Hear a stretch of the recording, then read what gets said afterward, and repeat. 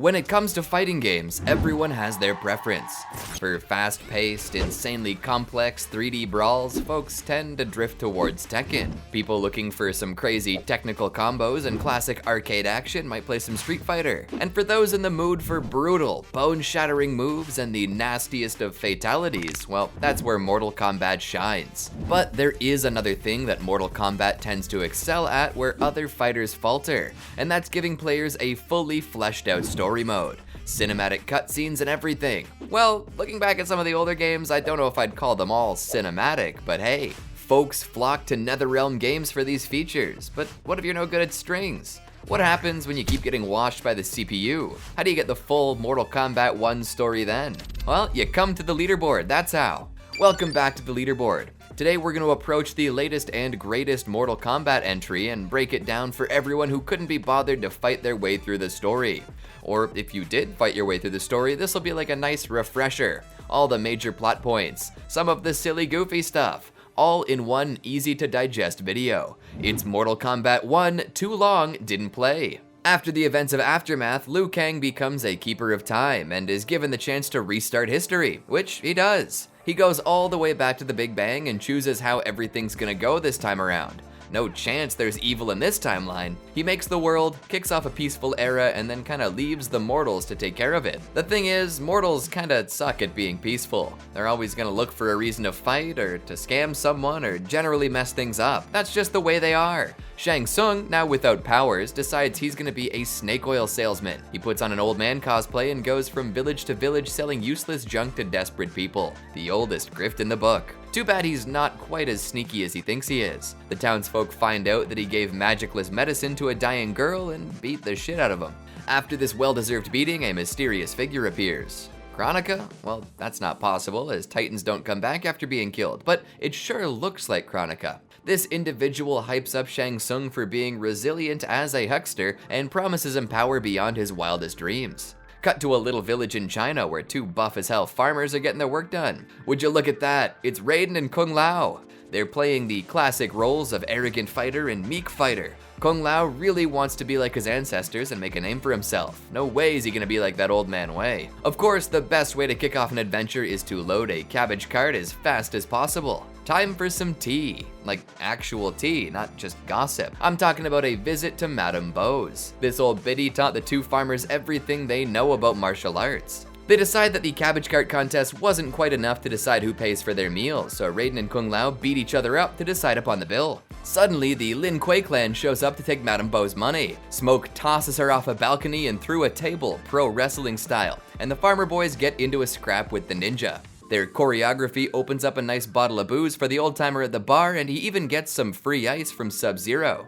Raiden and Kung Lao take down the Lin Kuei, and Kung learns that he really likes throwing hats. They're worried about Madame Bo, but she was just playing possum. She lights up a cig and tells the boys that the ninja were pulling their punches. She knew all along that Earth Protector Liu Kang was looking for fighters and thought her disciples would be a good choice. Time to train for the tournament. Suddenly, we're in a store-brand Indiana Jones movie. We'll call it, Ohio Smith. Yeah, that'll sell. Wait, that's not Harrison Ford, that's Johnny Cage. And his weird sidekick, Adam.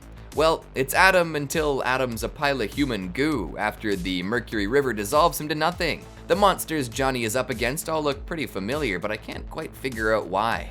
Not yet, anyway. He dismembers one with some Lieutenant USA style moves, and from off screen, someone shouts, "Cut!" Turns out we're in a movie, one that the director is doing as a favor to Cage. Yeah, Johnny's career, not doing so hot. His girlfriend hears that he spent $3 million on a samurai sword and dips. That's some real divorced dad energy. Then some dude breaks into Johnny's mansion and tries to steal the sword, which is actually an ancient blade known as Sento. Even as a Hollywood has-been, Mr. Cage still has some moves. He beats up this sword seeker, learns his tragic backstory, and refuses to hand over Sento. Liu Kang arrives along with Scorpion and Sub-Zero, making this a whole impromptu party at Cage's. Who brought the beer? Johnny, being a level-headed American, thinks the whole thing is just a prank meant to go viral. Oh buddy, you'll learn about viral in a little bit. But when Liu Kang shows off his fire god moves and sets off the fire alarm, Cage realizes he's not in Kansas anymore. They're all taken to the Wuxi Academy to train for the upcoming tournament, the victor of which will be Earthrealm's champion. Kung Lao makes his Sawblade hat, and Johnny Cage plans to base a cinematic universe on his Outworld adventures. Always the diligent businessman. The lads all get to fight each other in a mini tournament, and Raiden defies the odds and comes out on top. His prize? An Elder God forged amulet that lets him toss around lightning. As Johnny Cage would say, holy Ark of the Covenant. He stays filming everything on his smartphone too. Portal time. Liu Kang brings his fighting force to Sun Do, capital of Outworld. There they meet Mileena and Kitana, daughters of Empress Sindel. Mileena is heir to the throne. The lads are carted through the streets with the Umgadi guard Tanya as part of a parade in the late King Jared's honor. The parade is cut short by Li Mei, ex-Umgadi who was on the clock when Jared died. Whoops. She's searching for illegal immigrants, Tarkatans. You know, folks with the Tarkat disease. They're brought to the palace for the first rounds of the tournament. Raiden handles Li Mei and Reiko, and that's it for the daily fights. Day 1 in Outer Realm, done.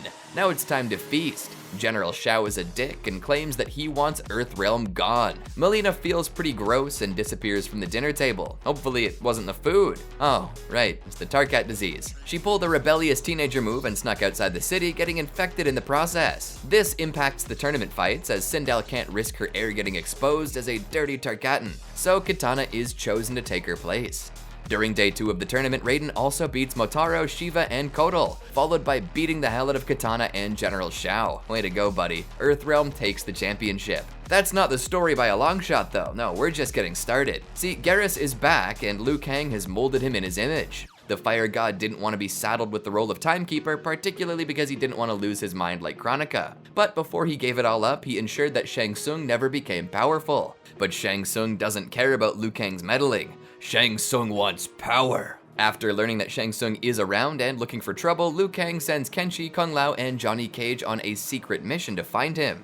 They find Shang Tsung in the Tarkat colony, sucking his monthly bone marrow out of Baraka. The beefy Tarkatan almost kills the conniving sorcerer, so Kenshi steps in and stops it. He's of no use to them dead, after all. Baraka's very helpful in explaining the Tarkat disease and the group of rejects living out in the wasteland. Baraka brings the squad to Shang Tsung's secret lab, and they discover Mileena doing a very convincing damsel in distress impression. Shang Tsung is about to inject her with some sketchy stuff, so they all get into a fight. Kenshi blows up Tanya and Rain, and the syringe is broken. Shang Tsung claims that he's actually helping the princess. Well, likely story, bub. But then Mileena starts going sicko mode as Kenshi unties her, so no more eyeballs for Kenshi. Quan Chi shows up and tells everyone that he was right all along. The Earthrealmers just want to mess with Outworld. With that, the squad from Earthrealm is locked up. Seems like Quan Chi and Shang Tsung are both working for the same mysterious weirdo. They're brought to the flesh pits, and there they meet Reptile. Too bad Reptile's working for Shang Tsung because Shang Tsung is holding his family hostage. As it turns out, Shang Tsung killed Reptile's family a while ago, so Reptile joins the hero team and they escape from the lab. They head to the nearby living forest, where Baraka says a bunch of ghosts live. Reptile reveals his tragic circus backstory, and then Ashra jumps out from behind a bush. She assumes our boys are all followers of Quan Chi, but Baraka beats some sense into her. Ashra explains her Netherrealm past and how she purifies herself by killing demons with her magic sword, Datusha. Also, Reptile eats a yummy bug. Ashra explains how Quan Chi is building soul-sucking machines which have the potential to kill millions. A vampire, a demon, an anarchist, and a revolutionary walk into a bar. Walk into the woods. They give crystals to Quan Chi, who boots up his Soulsucker 6000 and slurps up a Soulnado. Come on, Johnny, you've got a better joke than that. This twister of spirits comes together to create Ermac. After Quan Chi is blasted by Ashra, Ermac lays a whole bunch of beatdowns upon the good guy party. Nobody can really even touch the error macro, at least not until Kenshi accidentally finds out that his ancestors' souls are chillin' in Sento and will guide his newly blind ass to victory. The sword even siphons some souls out of Ermac's chest cavity, making the collection of souls a little weaker. Before Ermac disappears, they shout out, "Sindel, I'll find you." King Jared, is that you? Geras continues on in super sleuth mode, trying to figure out who's behind all this, and as Geras looks, Shang Tsung says what's up to his mystery pal. His plan is to take all of these soul suckers and build a dragon army. And also, he's gonna make the ninjas betray Earthrealm. The Earthrealm party tries to weekend at Bernie's Quan Chi through a Sundo street festival, but Li Mei and General Shao figure it out pretty quick. There's a fight, and the Earthrealmers make it back home, although the unconscious necromancer does manage to escape. They update Liu Kang on all the nonsense events they went through, from the loss of Kenshi's eyeballs to the unlikely team-up between Quan Chi and Shang Tsung. That second bit is quite surprising to the Fire God, as he did his best to put them on extra hard difficulty when he reset that universe. Geras comes in with the big knowledge and tells Liu Kang that they're getting otherworldly cheat codes patched in by some mysterious weirdo. It can't be Kronika though, right? The Lin Kuei plan to break into the Dragon Army fortress in Outworld and tell any non-ninja fighters to go kick rocks. When all the normies go away, Sub-Zero talks about how all he wants is to be the big man in charge. Soon the ninja have to fight Nitara and Serena, followed by an Ermac comeback. Shang Tsung and Quan Chi talk about their soul-sucking machines and try to convince the ninja to join them. Shang Tsung appeals to Sub-Zero's power-hungry nature and offers him the Dragon Army and the chance to take over Earthrealm if he helps out. With this, Sub-Zero admits to letting his dad die and wanting a new era to come to the Lin Kuei. Scorpion is having none of this, so he heads off to fight some other sorcerer evildoers. He beats up Quan Chi, Rain, Havoc, and Darius, and then gives Havoc a molten gold facial treatment. Sub-Zero wants to fight his brother now, so the two classic ninja go head to head. Blue Boy even gives his yellow-clad sibling the classic face scar. But in the end, Scorpion yells, "Get over here!" and wins the fight. With this, Scorpion leaves the Lin Kuei and disowns his brother. Cyrax and Sector are loyal to Sub-Zero though. Smoke and Scorpion grab the knocked out Sub-Zero and head out. While all of this is happening, Geras realizes that the mystery person might not even be from the same timeline as everyone else. Uh-oh.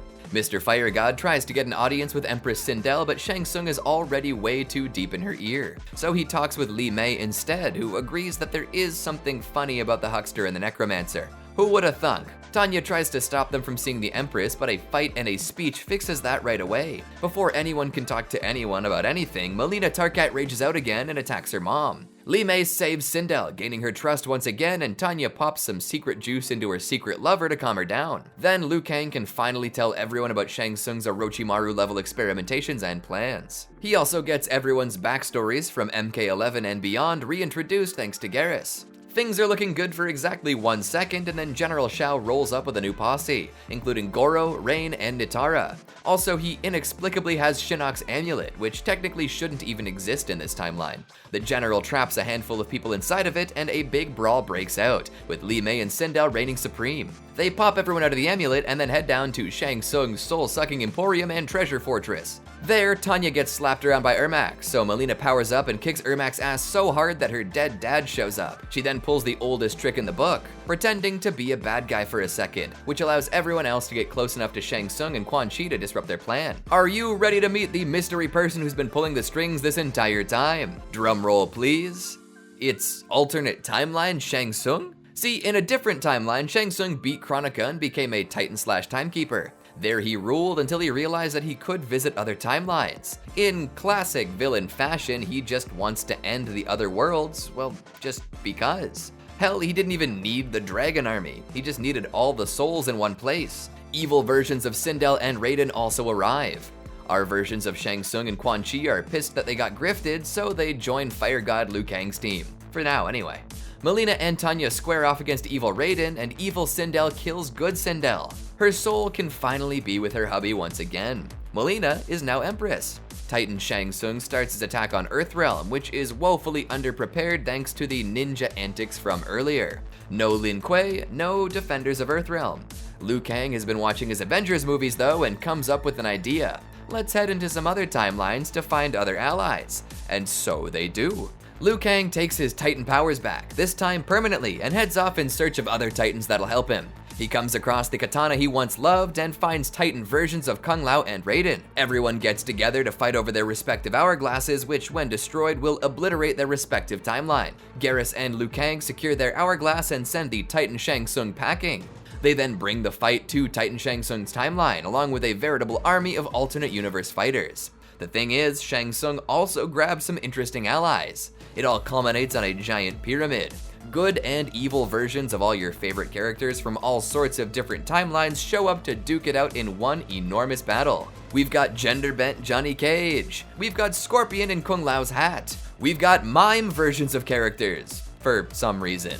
After a major fight, Titan Shang Tsung is taken care of and everyone's gotta go home. See you later, guys. Raiden, Kung Lao, Kenshi, Johnny Cage, and Liu Kang all have a meal at Madame Bo's. Johnny's phone footage turned out to be a real boon. He's making a movie based on their adventures. The farmer boys are going back to the academy to train the next generation of fighters. Kenshi is gonna try to bring his clan back to life, and Scorpion is apparently starting a new clan now that the Lin Kuei isn't defending Earth anymore. Liu Kang reports that Outworld should be chill with Melina as the new empress, especially now that Shang Tsung and Quan Chi are in jail. So with that, he says Earthrealm's in good hands and heads on out. What a wholesome ending! Who knew Mortal Kombat could do that? It's too bad Titan Havoc is looking for even more mayhem and chaos. Uh-oh. And that's all you need to know about Mortal Kombat 1, the whole Hollywood story, top to bottom. Sure, I spared some gruesome details, but those are half the fun of playing. Plus, the editors are gonna have to censor some of this stuff anyway. So, what did you think? Did I hit the mark? Do you feel more educated on the latest Mortal Kombat now? What do you think will happen in the next arc, and some more DLC? Will Titan Havoc end the timeline everyone worked so hard to save? Will more classic characters get revealed? Are you excited? Make sure you let me know down in the comments and subscribe to the leaderboard for more like this. Thanks for watching, and I'll see you next time.